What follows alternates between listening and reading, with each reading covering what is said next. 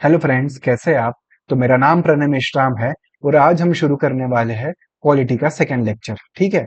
तो अब हम बेसिकली देखेंगे कि कौन कौन की पर्सन्स थे जिन्होंने हमारे इंडियन कॉन्स्टिट्यूशन को बनाया। तो जब भी हम सोचते थे कि सबसे इम्पोर्टेंट पर्सन कौन है जिसने हमारे कॉन्स्टिट्यूशन को फ्रेम किया, तो सबको क्या ध्यान में आता है? Doctor B.R. आम्बेडकर, डॉक्टर बाबा साहब आम्बेडकर। अब उन्होंने क्या किया था, वो जो ड्राफ्टिंग कमेटी थी हमारे कॉन्स्टिट्यूशन की, उसके वो क्या थे? चेयरमैन थे। और इसलिए उन्हें क्या बोला जाता है? Father of Indian constitution. अब फादर ऑफ इंडियन कॉन्स्टिट्यूशन क्या सिर्फ इसलिए बोला जाता है कि उन्होंने हमारे कॉन्स्टिट्यूशन तैयार किया? नहीं। देखिए, एक चीज आप याद रखिए, जब कॉन्स्टिट्यूशन बना ना, तब उस समय जो मेंबर्स थे उस कॉन्स्टिट्यूंट असेंबली के, वो ऐसे वैसे लोग नहीं थे। कोई कोलंबिया यूनिवर्सिटी से पढ़ा है, कोई ऑक्सफोर्ड यूनिवर्सिटी से पढ़ा है। मैक्सिमम लॉयर्स थे, मैक्सिमम बैरिस्टर्स थे। यानी आप बोल सकते हो उस समय सबसे ज्यादा पढ़े लिखे लोग थे हमारे कॉन्स्टिट्यूंट असेंबली में। इवन आज के मुकाबले तो कई ज्यादा। तो उन पढ़े लिखे लोगों के बीच में एक ऐसा कॉन्स्टिट्यूशन बनाना जो कि अलग अलग इंटरेस्ट ऑफ द सोसाइटी को रिप्रेजेंट करे, अलग अलग रीजन को रिप्रेजेंट करे, अलग अलग जेंडर्स को रिप्रेजेंट करे और सबके इंटरेस्ट को वो शो करे कॉन्स्टिट्यूशन में, ऐसा कॉन्स्टिट्यूशन बनाना उस जमाने में वन ऑफ द टफेस्ट काम था। तो कॉन्स्टिट्यूशन बनाना उतना टफ नहीं था, पर जितना उसको पास करवाना, उसके एक एक रिजोल्यूशंस को डिबेट करना, डिस्कशन करना, वो भी ऐसे लोगों के सामने जो अपने आप में बहुत धुरंधर थे उस जमाने के, तो ये अपने आप में बहुत बड़ी बात होती है। इसलिए उन्हें बोला जाता है फादर ऑफ इंडियन कॉन्स्टिट्यूशन। ठीक है। अब इसके अलावा हम देखते हैं कि जो कॉन्स्टिट्यूएंट असेंबली जब भी मिलती थी कॉन्स्टिट्यूशन बनाने के लिए, मेन काम जब उसका था कि कॉन्स्टिट्यूशन बनाना है, तो उसे कौन प्रिसाइड करता था, उसका कौन लीडर था, उसको उसका कौन प्रेसिडेंट था? तो वो थे डॉक्टर राजेंद्र प्रसाद। और ये क्वेश्चन कई बार प्रीलिम्स में डायरेक्ट पूछा जाता है कि जब भी कॉन्स्टिट्यूएंट असेंबली मिलती थी कॉन्स्टिट्यूशन बनाने के लिए, तो उसको डॉक्टर राजेंद्र प्रसाद प्रिसाइड करते थे। पर जब भी ये मिलती थी एज ए लेजिस्लेटिव बॉडी यानी लॉ बनाने के लिए, अब हम देखते हैं क्या होता है। जब कॉन्स्टिट्यूंट असेंबली बनती है 9 दिसंबर 1946 में, जब उसकी पहली मीटिंग होती है, तब से जब पहले इलेक्शन होते हैं और गवर्नमेंट बनती है 1951-52 तक, अब उतने जो 3-4 साल का गैप है, अब उसमें क्या है, लॉ भी जरूरी है बनाना। क्यों? क्योंकि हमें कंट्री को भी गवर्न करना है, क्योंकि ब्रिटिशर्स तो चले गए हैं। तो अब जब ये कॉन्स्टिट्यूंट असेंबली मिलेगी एज ए लेजिस्लेटिव बॉडी, तब उसको कौन प्रिसाइड करेगा? G.V. मावलनकर। ठीक है। तो G.V. मावलनकर ये प्रिसाइड करते थे कॉन्स्टिट्यूएंट असेंबली को, जब भी वो मिलती थी एज अ कॉन्स्टिट्यूएंट, जब भी वो मिलती थी एज अ लेजिस्लेटिव बॉडी। ठीक है। और वो जो है पहले स्पीकर भी थे हमारे इंडिपेंडेंट इंडिया के, और वो लगभग 10 साल तक स्पीकर हम बोल सकते हैं रहे हैं, 1946 से 19 लगभग 56 तक, 10 साल तक। तो ये दोनों चीजें बहुत इंपॉर्टेंट है, आपको याद रखना। इसके अलावा अब जवाहरलाल नेहरू जी, अब उनका क्या रोल था? मैंने जैसे बताया था, ऑब्जेक्टिव रेजोल्यूशन जो उन्होंने पास करवाया था, जो उन्होंने मूव करवाया था, जो जिसको ही आज हम क्या बोलते हैं, प्रियम्बल बोलते हैं। तो जवाहरलाल नेहरू का एक सबसे इंपॉर्टेंट रोल था 1946 में ऑब्जेक्टिव रेजोल्यूशन को मूव करने के लिए। इसके अलावा सरदार वल्लभ भाई पटेल। अब सरदार वल्लभ भाई पटेल को का क्या इंपॉर्टेंट था? जो प्रोविंशियल कॉन्स्टिट्यूशन कमेटी थी वो इसके हेड थे। अब प्रोविंशियल कॉन्स्टिट्यूशन कमेटी क्या थी? अब उस समय उन्होंने बोला था कि आप प्रोविंसेस में भी एक ऐसी कमेटी बनाओ जो कॉन्स्टिट्यूशन प्रिपेयर करे, ना सिर्फ सेंट्रल लेवल पे। यानी देखो बेसिकली क्या है, कॉन्स्टिट्यूशन जो प्रिपेयर किया जा रहा है वो ना सिर्फ सेंटर के लिए है, बल्कि वो स्टेट के लिए भी लागू होगा। Same constitution. ठीक है। तब वो सेम कॉन्स्टिट्यूशन अगर स्टेट के लिए भी लागू होगा, तो स्टेट के इंटरेस्ट को भी रिप्रेजेंट करना चाहिए वो कॉन्स्टिट्यूशन। तो इसलिए एक प्रोविंशियल कॉन्स्टिट्यूशन कमेटी भी बनाई गई थी, जिसके प्रेसिडेंट थे सरदार वल्लभ भाई पटेल। अब इनका बेसिकली मेन, अगर आप सरदार वल्लभ भाई पटेल का काम देखते हो, तो इनका काम था जो भी प्रिंसली स्टेट थे उनको इंटीग्रेट करने का। यानी जब हमारा देश आजाद था, जब देश आजाद हुआ था, लगभग 550 प्रिंसली स्टेट थे उस समय। अब उनको वापस से, यानी उनको इंडिया में इंटीग्रेट करना, उनको इंडिया में लेके आना, वो अपने आप में एक ह्यूमंगस टास्क था। इसमें सबसे इंपॉर्टेंट रोल प्ले किया था सरदार वल्लभ भाई पटेल ने, जिन्होंने इंटीग्रेट किया था प्रिंसली स्टेट को, और एक फेडरल स्ट्रक्चर बनाने में उनका सबसे ज्यादा इंपॉर्टेंट रोल था। अब इसके अलावा अल्लादी कृष्णमसामी अय्यर। अब ये कौन थे कृष्णमसामी अय्यर? ये बेसिकली एक लीगल एक्सपर्ट थे, जिन्होंने जो भी कॉन्स्टिट्यूशन लॉ डिस्कशंस होते थे उनमें उनका एक बहुत ज्यादा इंपॉर्टेंट रोल था। तो ये भी, इनका भी हमें नाम याद रखना है। इनके अलावा K.M. मुंशी साहब। अब ये कौन थे? ये भी एक ड्राफ्टिंग कमिटी के मेंबर थे। अब इनका क्या क्या एक कंट्रीब्यूशन था। इन्होंने फंडामेंटल राइट्स और डायरेक्टिव प्रिंसिपल्स में काफी ज्यादा कंट्रीब्यूशन किया कि क्या फंडामेंटल राइट्स होने चाहिए, उनका इंप्लीमेंटेशन कैसे होना चाहिए। तो इन सारी चीजों में हमें के एल मुंशी साहब, इनको भी याद रखना है। अब जो ये कॉन्स्टिट्यूशन बनता है ना, तो इनके कॉन्स्टिट्यूशनल एडवाइजर भी थे, जो कि कौन थे, बी एन राव साहब। अब ये जो कॉन्स्टिट्यूशनल एडवाइजर थे, वो कॉन्स्टिट्यूएंट असेंबली के मेंबर नहीं थे, याद रखना। जो कॉन्स्टिट्यूएंट असेंबली बनी थी, तो बी एन राव जो थे, वो कॉन्स्टिट्यूएंट असेंबली के मेंबर नहीं थे। पर इन्होंने क्या किया था, ये सिर्फ एक एडवाइजर थे, उन्होंने पहला ड्राफ्ट प्रिपेयर किया था हमारे कॉन्स्टिट्यूशन का। तो पहला ड्राफ्ट किसने प्रिपेयर किया था, याद रखना, डायरेक्ट क्वेश्चन, आप कहीं भी टेस्ट सीरीज लगाओ। पहला क्वेश्चन, बी एन राव साहब कौन थे, तो वो एक ऐसे व्यक्ति थे जिन्होंने हमारा पहला ड्राफ्ट प्रिपेयर किया था, किसका, कॉन्स्टिट्यूशन का, फर्स्ट वर्जन ऑफ ड्राफ्ट। ठीक है, फर्स्ट वर्जन, ठीक है, इसको याद रखना, पहला वर्जन। अब guided the drafting committee with the comparative constitutional knowledge. Basically इसका काम क्या था, इनका क्या काम था, इन्होंने स्टेप बाय स्टेप हमारी कॉन्स्टिट्यूएंट असेंबली को गाइड किया कि क्या प्रोविजन आने चाहिए, क्या नहीं आने चाहिए। तो ये कहीं ना कहीं हमारे, एक ये बोल सकते हैं ना कि जैसे गाड़ी में एक हेडलाइट होता है, वो हमें गाइड करता है, तो ये हम इन्हें भी एक एज अ गाइडिंग पर्सन मान सकते हैं। ठीक है, अब इसके अलावा एस सी मुखर्जी। अब एस सी मुखर्जी कौन थे, ये वाइस प्रेसिडेंट थे कॉन्स्टिट्यूंट असेंबली। और एक इंपॉर्टेंट क्वेश्चन, जैसे कि अब मैंने अभी आपको बताया था कि प्रेसिडेंट कौन थे कॉन्स्टिट्यूंट असेंबली के, याद करो, डॉक्टर राजेंद्र प्रसाद। अब वाइस प्रेसिडेंट कौन थे, एस सी मुखर्जी। और इनका एक इंपॉर्टेंट रोल था कि ये जो माइनॉरिटी राइट से जो रिलेटेड कमीशन थी, वो उसके भी चेयरमैन थे, वो उसको देख रहे थे। ठीक है, अब इसके अलावा टीटी कृष्णमाचारी, ये कौन थे, ये भी कॉन्स्टिट्यूंट असेंबली के मेंबर थे, ड्राफ्टिंग कमिटी के मेंबर थे। और इनका भी क्या एक इंपॉर्टेंट काम था, फाइनलाइज करना कॉन्स्टिट्यूशन को। ठीक है, अब इसके अलावा गोपीनाथ बरदोलई एंड के टी शाह। अब बेसिकली ये लोग कौन थे, इनका एक बहुत आप इंपॉर्टेंट रोल देखो फेडरलिज्म में। जब आप देखते हो ना फेडरलिज्म में division of power between the centre and the state, ठीक है, कि सेंटर किस सब्जेक्ट में लॉ बना सकता है, क्या क्या उसके पावर है, स्टेट की क्या क्या पावर है और किस सब्जेक्ट में लॉ बना सकता है। तो इनके में भी गोपीनाथ बरदोली और केती शाह, इनका एक इंपॉर्टेंट रोल था। क्या क्या फाइनेंशियल प्रोविजंस होने चाहिए, क्या क्या सेफगार्ड्स होने चाहिए। ठीक है, अब इससे रिलेटेड, अब अगर मैं आपको मेंस के लिए एक वन लाइन बता दूं, तो ये the framing of the Indian constitution was led by doctor B R Ambedkar. ठीक है, but it was supported by the leaders like doctor Rajendra Prasad, Jawaharlal Nehru, Sardar Vallabh Bhai Patel, and some expert members like Krishnaswami Ayyar, K M Munshi and B M Rau. तो ये देखना, ये आप ना, एक जब आप ऐसी लाइन लिखते हो ना कभी भी इंट्रो वगैरह में, तो इतनी इम्पैक्टफुल होती है ना कि आपको बहुत अच्छे मार्क्स फेच करती है। क्योंकि जो चेक करता है ना, वो यूनिवर्सिटी के प्रोफेसर होते हैं, और उनको ये सारी चीजें ना बहुत अट्रैक्ट करती है, रादर देन आप प्लेन जैसे मैं खुद इंजीनियर हूं, अगर मैं डायरेक्ट फैक्ट पे आऊंगा ना, कई बार उनको वो चीजें पसंद नहीं आती। ठीक है, क्योंकि मैंने भी मेंस लिखे है, तो मैं उस पर्सपेक्टिव में आपको चीजें बता रहा हूँ। अब कॉन्स्टिट्यूशन क्या है, अब कॉन्स्टिट्यूशन जो वर्ड है, ये एक लैटिन वर्ड से आता है, जिसका क्या मतलब होता है, कॉन्स्टिट्यूटियो। ठीक है, अब इसका क्या मतलब होता है, अरेंजमेंट या फिर एस्टेब्लिशमेंट और टू सेटअप।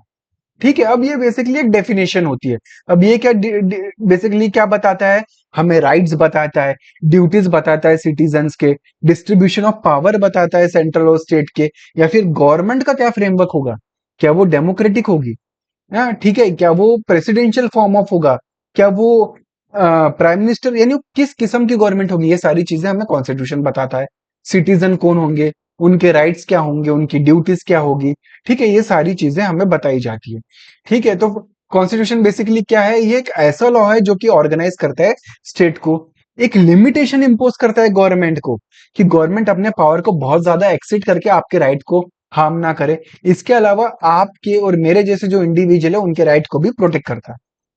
अब जो कॉन्स्टिट्यूशन है ना, उसके कुछ सेलिएंट फीचर्स है, कुछ इंपॉर्टेंट फीचर्स है। जैसे कि पहला इंपॉर्टेंट फीचर होता है रिटन कॉन्स्टिट्यूशन। रिटन कॉन्स्टिट्यूशन ये क्यों सेलिएंट फीचर है, देखिए, जब मैं बोलता हूं ना कि division of power between the centre and the state, यानी पावर जो है वो बटा हुआ है सेंटर और स्टेट में। पर ये तो 1950 वगैरह की बात है। अगर ये सपोज ये कॉन्स्टिट्यूशन लिखा नहीं रहता, तो इसकी क्या गारंटी रहती कि वो जो पावर बांट के गए, वो आज भी स्टेट माने या सेंटर माने, वो बोलते कि नहीं, हम उस समय नहीं थे, हमें नहीं पता। तो इसलिए एक रिटन कॉन्स्टिट्यूशन होना अब जरूरी है, जो कि क्लियर कट बताता है आपके राइट्स क्या है, आपके ऑब्लिगेशंस क्या है एज अ इंडिविजुअल। स्टेट के राइट क्या है, ऑब्लिगेशन क्या है, ठीक है।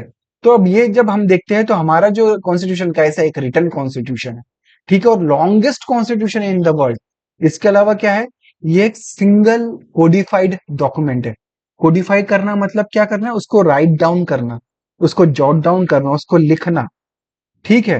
अब आपको पता होगा कि जो इंग्लैंड का कॉन्स्टिट्यूशन, हम कई बार क्या बोलते हैं, रिटन कॉन्स्टिट्यूशन नहीं है, जबकि हमारा जो कॉन्स्टिट्यूशन कैसा है, रिटन कॉन्स्टिट्यूशन है। हर एक चीज हमने डिटेल में लिखी है, और इसमें कितने आर्टिकल है, लगभग 448 आर्टिकल्स हैं, 12 शेड्यूल्स है, और बहुत सारे अब तक अमेंडमेंट्स हो चुके हैं।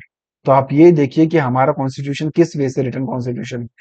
इससे क्या होता है, बेसिकली हमारे को एक क्लियरिटी आती है कि बेसिकली हमें कौन सा रूल फॉलो करना है, क्या हम पे लिमिटेशंस है, ये सारी चीजों को बताता है रिटन कॉन्स्टिट्यूशन। अब इसके अलावा जैसे कि मैंने आपको बताया, 448 आर्टिकल्स है, 12 शेड्यूल्स है, बहुत सारे अमेंडमेंट है, और यही हमारे कॉन्स्टिट्यूशन को एक लेंदिएस्ट कॉन्स्टिट्यूशन बनाता है।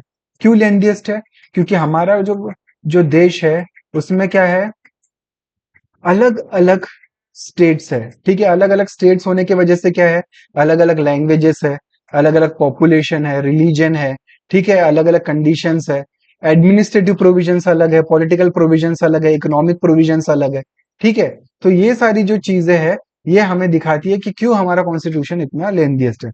इसके अलावा हमारा जो कॉन्स्टिट्यूशन है वो क्या है, parliamentary form of the government है, ठीक है। Parliamentary form of the government का मतलब क्या होता है, देखिए हम देखते हैं कि एक presidential form of the government होता है, parliamentary form of the government होता है। Parliamentary form of the government में क्या होता है, जो पार्लियामेंट होती है, जो जैसे आपके अलग अलग, आप क्या करते हो, वोट डालते हो, वोट से क्या होता है, आपके एमपी सिलेक्ट होते हैं। अब एमपी वो जाते हैं कहाँ पे, लोकसभा में जाते हैं, और वो वहां पे फिर क्या होता है, जिसको मेजोरिटी होती है वो गवर्नमेंट बनाती है। अब गवर्नमेंट क्या करती है, लॉ बनाती है, उस लॉ को पास कहाँ होता है, इस लेजिस्लेटिव बॉडी में। ये जो लोकसभा होती है ना, वहां पे इस लॉ को जो गवर्नमेंट बनाती है, उसको डिस्कशन होता है, डिबेट होता है, फिर वो लॉ बनते हैं। और इसलिए जो ये जो हमारा जो सिस्टम है, हम इसको parliamentary form of the government बोलते हैं, ना कि presidential form of the government. और ये हमने कहाँ से अडॉप्ट किया, ये हमने यूके से अडॉप्ट किया, ठीक है। और इसमें कौन कौन होता है, प्राइम मिनिस्टर होता है, काउंसिल ऑफ मिनिस्टर होता है, यानी जैसे कि एक प्राइम मिनिस्टर, आपको तो सबको पता होगा। अब काउंसिल ऑफ मिनिस्टर कौन होता है, काउंसिल ऑफ मिनिस्टर बेसिकली वो लोग होते हैं, वो मंत्री होते हैं, जो प्राइम मिनिस्टर बताता है प्रेसिडेंट को कि आप इनको अपॉइंट करो।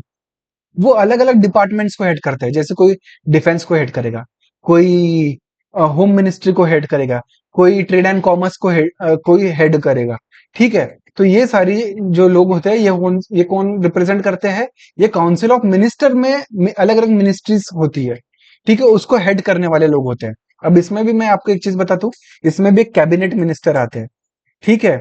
तो कैबिनेट मिनिस्टर्स आ गए, ठीक है, फिर बाद में डेप्यूटी मिनिस्टर्स आ गए, ठीक है, मिनिस्टर ऑफ स्टेट आ गए। तो ये सारी चीजें काउंसिल ऑफ मिनिस्टर में आते हैं। अब इसके अलावा हमारा कॉन्स्टिट्यूशन कैसा है, फेडरल कॉन्स्टिट्यूशन है with the unitary bias. Federal constitution का मतलब क्या होता है, देखो हमारे कॉन्स्टिट्यूशन में क्या है, डिवीजन ऑफ पावर है, सेंटर के बीच में और स्टेट के बीच में, ठीक है, clear cut division of power है, ठीक है। जिसके वजह से क्या होता है, स्टेट और सेंटर अपने अपने स्पीयर में काम करेंगे, अपने अपने बॉर्ड, अपने अपने एरिया में काम करेंगे, और सेंटर जो है इंटरफेयर नहीं करेगा स्टेट में, जिससे कि एक फेडरल फीचर ऑफ कॉन्स्टिट्यूशन बना रहेगा, ठीक है। ऐसा नहीं है कि सारे पावर सिर्फ सेंटर के पास है और स्टेट के पास कुछ नहीं है। तो federal feature of the constitution with the unitary bias. Unitary बायस का मतलब क्या होता है, यूनिटरी बायस का मतलब ये है कि जो भी इंपॉर्टेंट सब्जेक्ट्स है, वो सेंटर के हाथ में, उस पर सेंटर लॉ बनाती है। जैसे कि डिफेंस हो गया, ठीक है, फॉरेन अफेयर्स हो गया, ठीक है, कम्युनिकेशन, ये सारी जो चीजें हो गई, उस पर कौन बेसिकली लॉ बनाता है, सेंटर लॉ बनाता है। इसके अलावा हमने देखे थे कॉन्करेंट लिस्ट होती है, जिसपे सेंटर और स्टेट दोनों लॉ बनाता है। पर अगर कॉन्फ्लिक्ट आता है सेंटर और स्टेट के लॉ में, तो कौन सा लॉ जीतेगा, कौन सा लॉ प्रिवेल करेगा, तब सेंटर लॉ प्रिवेल करता है, जो सेंटर ने बनाया। तो इसलिए हम बोलते हैं फेडरल स्ट्रक्चर तो यहाँ पर यूनिटरी बायस्ड है, ठीक है। अब जो अलग अलग जो लिस्ट है, वो बेसिकली आपको 7 शेड्यूल ऑफ द कॉन्स्टिट्यूशन, जिसमें बात करते हैं यूनियन लिस्ट, स्टेट लिस्ट और कॉन्करेंट लिस्ट, ठीक है। अब इसके अलावा सेंटर के पास एक ओवरराइडिंग पावर होता है। अब जैसे कि मैं आपको एक चीज बताता हूँ, क्या होता है, कई बार इमरजेंसी लग जाती है अंडर आर्टिकल 356। इमरजेंसी भी अलग अलग किस्म की होती है, नेशनल इमरजेंसी, ठीक है, कॉन्स्टिट्यूशनल इमरजेंसी जिसको हम प्रेसिडेंट रूल भी बोलते हैं, ठीक है, अब इसमें क्या होता है, इसमें भी जो है जो स्टेट होता है वो चला जाता है सेंटर के कंट्रोल में, और सेंटर के पास पावर आता है कि वो स्टेट के सब्जेक्ट पे लॉ बनाएंगे। ठीक है, तो इसलिए बोला जाता है कि सेंटर के पास ओवरराइडिंग पावर होता है इमरजेंसी के दौरान। ठीक है, इसके अलावा कोऑपरेटिव फेडरलिज्म में सेंटर और स्टेट दोनों कोऑपरेट करेंगे देश की उन्नति के लिए, ग्रोथ के लिए। ठीक है, अब इसके अलावा सोवरेन, सोशलिस्ट, सेक्युलर, डेमोक्रेटिक और रिपब्लिक, ये कुछ वर्ड्स है जो आपको प्रियम्बल में देखने मिलते हैं। ठीक है, अब ये क्या है, देखो सोवरेन का मतलब क्या है। सोवरेन का मतलब है कि इंडिया एज अ स्टेट अपने इंटरनल अफेयर्स भी देख सकता है और एक्सटर्नल अफेयर्स। इसका मतलब क्या है, इंडिया के अंदर जो भी चीजें हो रही है इंडिया उसको देखेगा। अगर सपोज कोई महाराष्ट्र में प्रॉब्लम हो रही है या कुछ हो रही है, तो इंडिया उसको खुद हैंडल करेगा, ना कि कोई बाहर से देश आके इंडिया को बताएगा कि वो महाराष्ट्र की जो प्रॉब्लम है उसको कैसे हैंडल करे। वैसे ही इंडिया अपने एक्सटर्नल चीजों को कैसे कंडक्ट करेगा। फॉर एग्जाम्पल, इंडिया क्या पाकिस्तान के साथ रिलेशन रखना चाहता है, क्या उसको के साथ वो ट्रेड करना चाहता है कुछ, या नहीं करना चाहता, वो इंडिया डिसाइड करेगा, ना कि कोई हम पे फोर्स करेगा कि हम क्या करना चाहे। तो इसलिए हमें बोला जाता है कि हमारा कॉन्स्टिट्यूशन कैसा सोवरेन है, इंटरनल और एक्सटर्नल दोनों मैटर में हम कैसे इंडिपेंडेंट है। इसके अलावा क्या है, हमारा कॉन्स्टिट्यूशन सोशलिस्ट नेचर का है। सोशलिस्ट का मतलब क्या होता है, अब सोशलिज्म बेसिकली क्या है, बेसिकली ये इंश्योर करता है कि इकोनॉमिक और सोशल जस्टिस रहे। इसलिए हमने ये सोशल वर्ड ऐड किया है कि हमारा कॉन्स्टिट्यूशन वेलफेयर पे ज्यादा जोर देता है, ना कि कैपिटलिज्म पे। इसका मतलब क्या है, जैसे कि हम देखते हैं अलग अलग योजना, जैसे कि जो जैसे कि पहले एक था Mahatma Gandhi national rural employment guarantee scheme. अब इसमें क्या था, 100 दिन का गारंटीड एम्प्लॉयमेंट प्रोवाइड किया जाता था, किसको, रूरल में जो लोग रहते हैं, जो एडल्ट लोग हैं, ठीक है, घर के, उनको गारंटीड एम्प्लॉयमेंट 100 दिन का प्रोवाइड किया जाता था, जो भी एलिजिबल है काम करने के लिए, और वो भी कैसा, मैन्युअल वर्क। ठीक है, अब ये सारी चीजें क्या है, ये हम एक सोशलिज्म का प्रिंसिपल को प्रमोट कर रहे हैं। जैसे कि हम अब आयुष्मान भारत के तहत हम क्या कर रहे हैं, हेल्थ सर्विसेज प्रोवाइड कर रहे हैं। ठीक है, इंश्योरेंस प्रोवाइड कर रहे हैं, हेल्थ इंश्योरेंस प्रोवाइड कर रहे हैं। तो ये क्या है, बेसिकली स्टेट जो है कुछ अपनी जनता को कुछ फैसिलिटीज भी प्रोवाइड कर रहा है। हम टोटल कैपिटलिज्म पे नहीं जा रहे कि नहीं, आपको अगर कुछ चाहिए तो बस आपको प्राइवेट हॉस्पिटल में ही जाना है। ऐसा हम नहीं बोलते, क्योंकि हमने गवर्नमेंट हॉस्पिटल भी तैयार किए हैं जिसमें गरीबों को अभी इलाज हो। तो हम क्या है, हम इंश्योर करते हैं सोशलिस्ट प्रिंसिपल को भी, जहां पे हम वेलफेयर देखते हैं लोगों का। इसके अलावा सेक्युलर, अब सेक्युलरिज्म का मतलब क्या होता है कि हम किसी पर्टिकुलर रिलीजन को फेवर नहीं करेंगे। ठीक है, किसी पर्टिकुलर रिलीजन को हम फेवर नहीं करते हैं, जो स्टेट है वो, ये होता है सेक्युलरिज्म। अगर हमें फेवर करना भी है तो हम सारे रिलीजन को इक्वली फेवर करेंगे। ऐसा नहीं है कि मैं सिर्फ हिंदुइज्म को प्रमोट करूंगा या हिंदुइज्म को ही मैं फाइनेंशियल सपोर्ट दूंगा। अगर मैं एज अ स्टेट हूं तो मैं मुस्लिम रिलीजन को भी, मैं बुद्धिज्म को भी, मैं सिखिज्म, अगर मेरे को फेवर करना ही पड़ेगा तो मैं सबको फेवर करेंगे, ना कि किसी पर्टिकुलर रिलीजन को। ये होता है एक पॉजिटिव कंसेप्ट ऑफ सेक्युलरिज्म। और नेगेटिव कंसेप्ट ऑफ सेक्युलरिज्म क्या बोलता है, स्टेट ने रिलीजन से पूरी तरह से दूर हो जाना। ये होता है एक नेगेटिव कंसेप्ट ऑफ सेक्युलरिज्म। और पॉजिटिव कंसेप्ट होता है सेक्युलरिज्म का कि स्टेट जो है सारे रिलीजन को इक्वल प्रोटेक्शन देगी। तो हमारा क्या है, पॉजिटिव कंसेप्ट है सेक्युलरिज्म का। और इसके लिए अलग अलग केस भी आए हैं, जैसे आप देखते हो बेरूबारी यूनियन केस, उसमें भी आप देखते हो कि कैसे सेक्युलरिज्म का एक पॉजिटिव कंसेप्ट आता है। इसके अलावा डेमोक्रेसी, अब डेमोक्रेसी में क्या होता है, डेमोक्रेसी में लोग जो है अपने रिप्रेजेंटेटिव को चुनते हैं। जैसे कि आप मैं क्या करते हैं, इलेक्शन के टाइम में वोटिंग करते हैं, और जो चुन के आता है वही हमें रिप्रेजेंट करता है लोकसभा, राज्यसभा में, स्टेट असेंबलीज में। तो हमारा कैसा कॉन्स्टिट्यूशन है, डेमोक्रेटिक है। इसके अलावा रिपब्लिक, अब रिपब्लिक का मतलब क्या है, जो भी हमारा हेड ऑफ द स्टेट है, हेड ऑफ द स्टेट कौन है, प्रेसिडेंट है। तो जो हमारा, याद रखना, हेड ऑफ द स्टेट जो है वो प्रेसिडेंट होता है, प्राइम मिनिस्टर नहीं होता। तो हेड ऑफ द स्टेट क्या है, वो इलेक्टेड है, पर किस वे से इलेक्टेड है, इनडायरेक्ट इलेक्टेड है। इसका मतलब क्या है, जो भी मेंबर ऑफ पार्लियामेंट है, मेंबर ऑफ स्टेट लेजिस्लेचर है, वो क्या करते हैं, इलेक्शन करते हैं, वो इलेक्शन में पार्टिसिपेट करते हैं और प्रेसिडेंट को इलेक्ट करते हैं। ठीक है, तो हेड ऑफ द स्टेट हमारा इलेक्टेड है, पर कैसा है, इनडायरेक्टली इलेक्टेड है। और ये एक हेरिडेटरी ऑफिस नहीं है। इसका मतलब क्या है, ऐसा नहीं है कि जैसे यूके में जो किंग है वो hereditary head of the state होता है, यानी किंग का बेटा ही किंग, किंग का बेटा ही किंग, और वो क्या करेगा, वो हेड ऑफ द स्टेट होगा। पर इंडिया में क्या ऐसा है?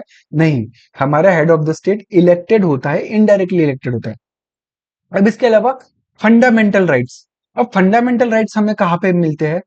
पार्ट 3 ऑफ द कॉन्स्टिट्यूशन वो बात करता है फंडामेंटल राइट। अब फंडामेंटल राइट क्या होते हैं, क्या करते हैं ये बेसिकली हमारे लिबर्टीज को प्रोटेक्ट करते हैं, हमारे फ्रीडम को प्रोटेक्ट करते हैं। ये समाज में एक इक्वालिटी बनाने का काम करते हैं, हर एक इंडिविजुअल को एक डिग्निटी प्रोवाइड करने का काम करते हैं। ठीक है, और इसमें कैसे कैसे राइट आते हैं, जैसे right to equality, right to freedom, right to constitutional remedies. अब राइट टू फ्रीडम कहां से हम देखते हैं? आर्टिकल 19 से आर्टिकल 22 तक हम देखते हैं राइट टू फ्रीडम।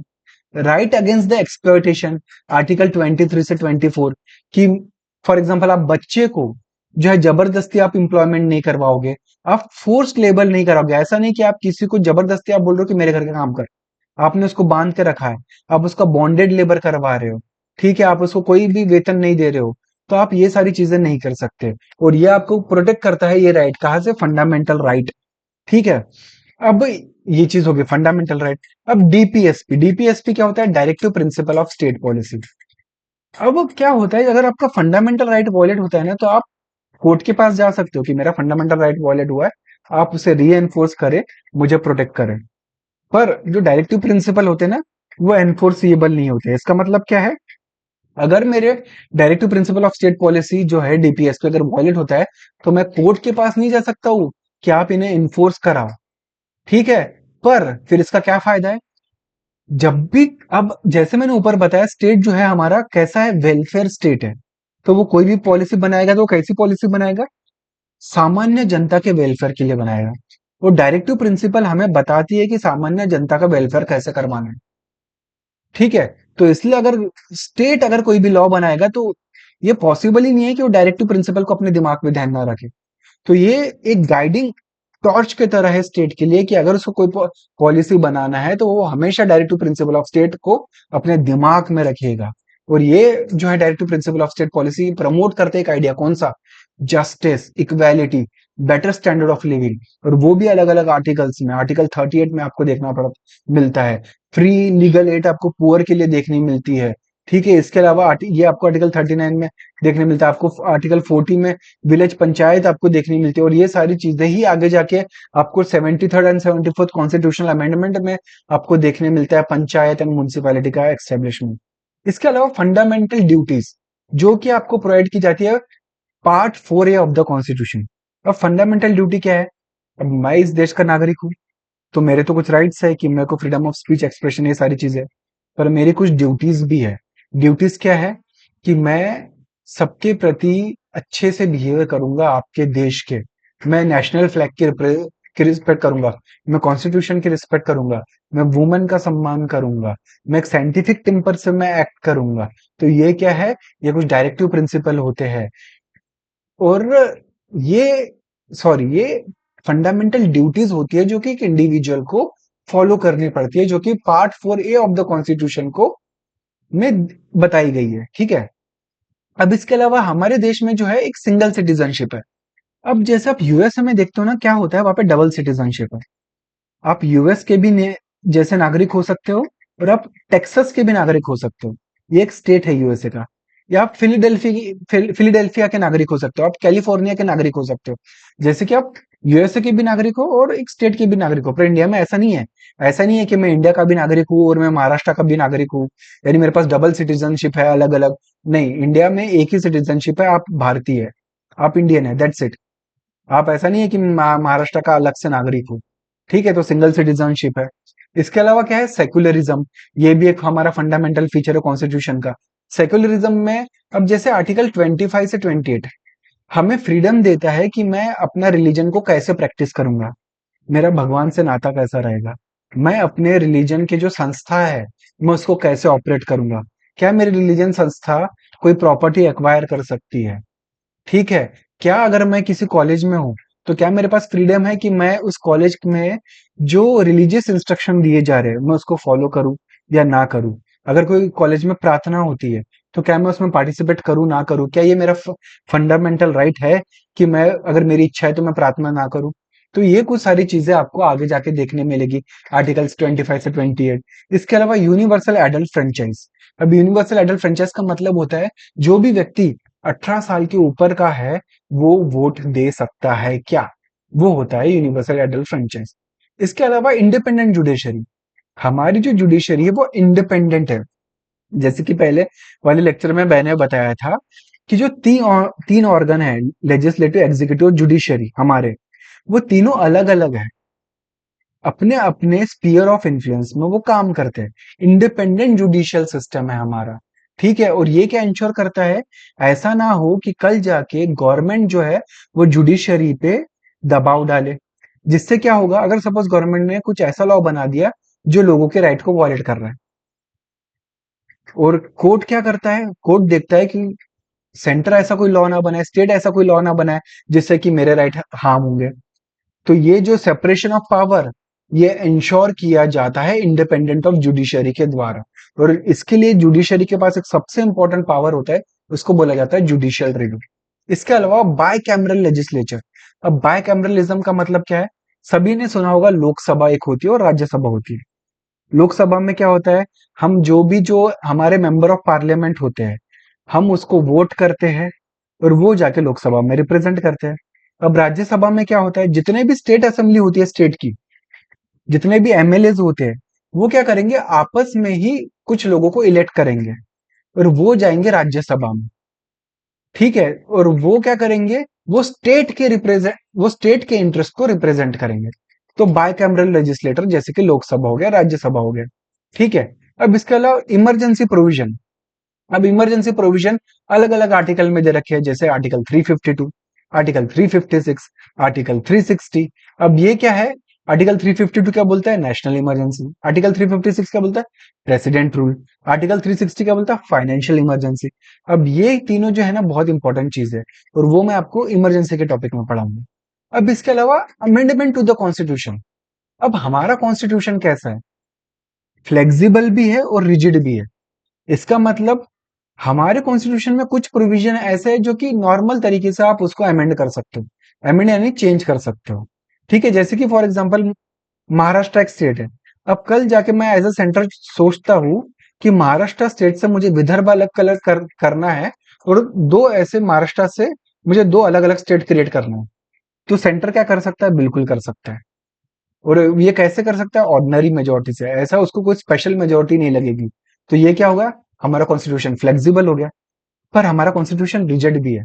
कल जाके अगर मुझे फंडामेंटल राइट से रिलेटेड कुछ अमेंडमेंट करना है, या फिर मुझे सपोज करो प्रेसिडेंट का इलेक्शन कैसा होता है, या जुडिशरी के पास कितने पावर होने चाहिए, अब उससे रिलेटेड मुझे कोई अमेंडमेंट लेके आना है, तो ये थोड़ा रिजिड हो जाता है। इसके लिए ना सिर्फ लोकसभा और राज्यसभा को एक लॉ पास करना पड़ेगा, तो स्टेट असेंबली को भी अपनी हामी देनी पड़ेगी, उसको बोलना पड़ेगा कि yes we agree to this, otherwise वो लॉ पास नहीं होगा। तो जो हमारा कॉन्स्टिट्यूशन है फ्लेक्सिबल भी है पर रिजिड भी है साथ में, ठीक है। तो कुछ प्रोविजन सिंपल मेजोरिटी के लिए से पास हो सकते हैं, कुछ स्पेशल मेजोरिटी की, और कुछ में स्टेट का रेटिफिकेशन भी लगता है। इसके अलावा जो है इंटीग्रेशन ऑफ द स्टेट। अब इसमें क्या है, एक प्रोविजन प्रोवाइड किया गया है हमारे कॉन्स्टिट्यूशन में कि किस तरीके से जो टेरिटरी इंडिया की नहीं है उसको भी इंडिया कैसे एक्वायर कर सकता है। जैसे कि जब हमें फ्रीडम मिला था तो प्रिंसली स्टेट का किस वे से इंटीग्रेशन होना चाहिए, वो भी हमें प्रोवाइड किया गया, ठीक है। अब इसके अलावा क्वाजी फेडरल फाइनेंशियल सिस्टम। अब इसका मतलब क्या होता है, देखिए सेंटर के पास मेजोरिटी ऑफ द टैक्सेस का पावर है कि वो टैक्सेस कलेक्ट करे। अब क्या करता है, एक फाइनेंस कमीशन होती है, वो सेंटर को बताती है कि किस तरीके से आपने जो भी पैसा टैक्सेस के थ्रू कमाया है आप स्टेट को भी उसके साथ शेयर करोगे।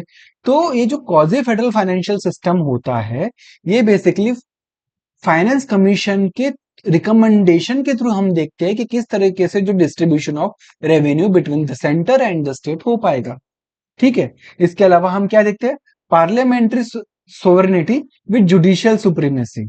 अब इसमें बेसिकली क्या होता है, जुडिशरी यह इंश्योर करती है कि जो भी लॉ बनाया गया है वो जो है सिटीजन के राइट को वॉयलेट ना करे। क्यों, क्योंकि जो पार्लियामेंट है उसके पास तो पावर है लॉ बनाने का, पर क्या वो कुछ भी लॉ बना देगी, नहीं। ये इंश्योर करता है parliamentary sovereignty with judicial supremacy, ठीक है। इसके अलावा ऑफिशियल लैंग्वेज।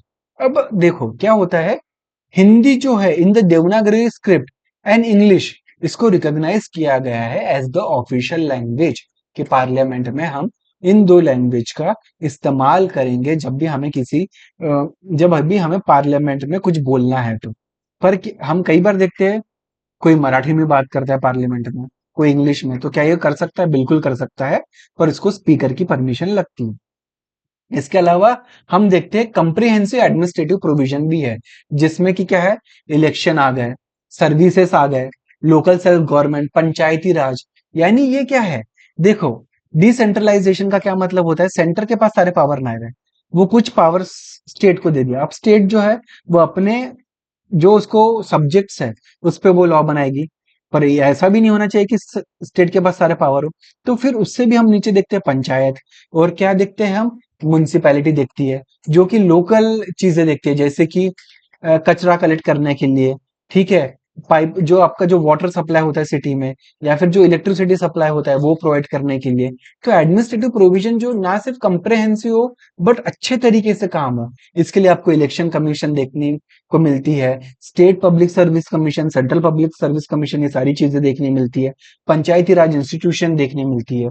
ठीक है, तो अब ये सारी चीजें हमने आज के लेक्चर में देखी कि क्या सेलिएंट फीचर है आपके कॉन्स्टिट्यूशन के।